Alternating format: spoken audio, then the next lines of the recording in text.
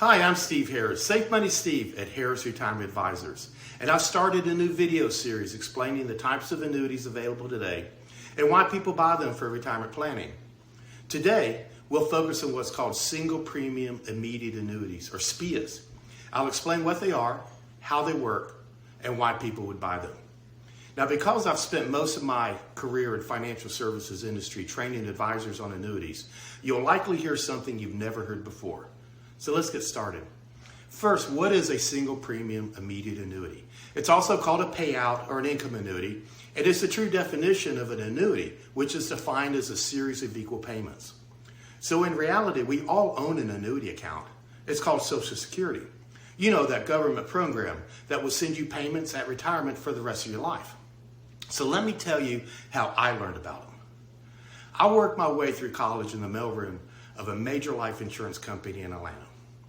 And when I graduated in 1990, I joined a new department called Investment Products that had just been formed, where we would focus on deferred annuities, immediate annuities, and variable annuities. Well, when I was invited to interview for the position, I remember going to the university library to find everything I could on annuities on microfilm. Because you see, we didn't have Google back then. And here's what I found. First, the first of 70 million baby boomers would turn 65 in 2011 and will do so at a rate of 10,000 Americans a day through 2027.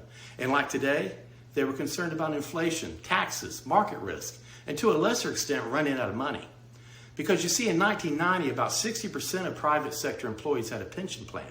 30 years later, we still have those concerns today, but only about 4% of private sector employees offer a standalone pension plan today. Instead, what do we have? 401k plans, right? So an immediate annuity is often used to purchase your own pension with 401k money at retirement.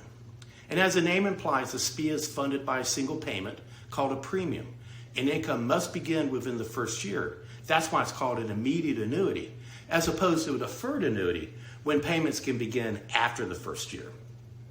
See, a SPIA should be considered any time you want to create or replace an income stream for a variety of reasons. It's lifetime income you can never outlive to supplement Social Security and retirement, or for a specific period of time, or a combination of both. We'll talk more about those in a few minutes. Now, a SPIA also offers tax advantages by utilizing what's called an exclusion ratio to spread the gains in the contract over its life. With deferred annuities, your money grows tax deferred until you start to withdraw it. When that happens, any gain in the policy is usually taxed first as it's taken out. In accounting terms, that's called a last in, first out tax treatment.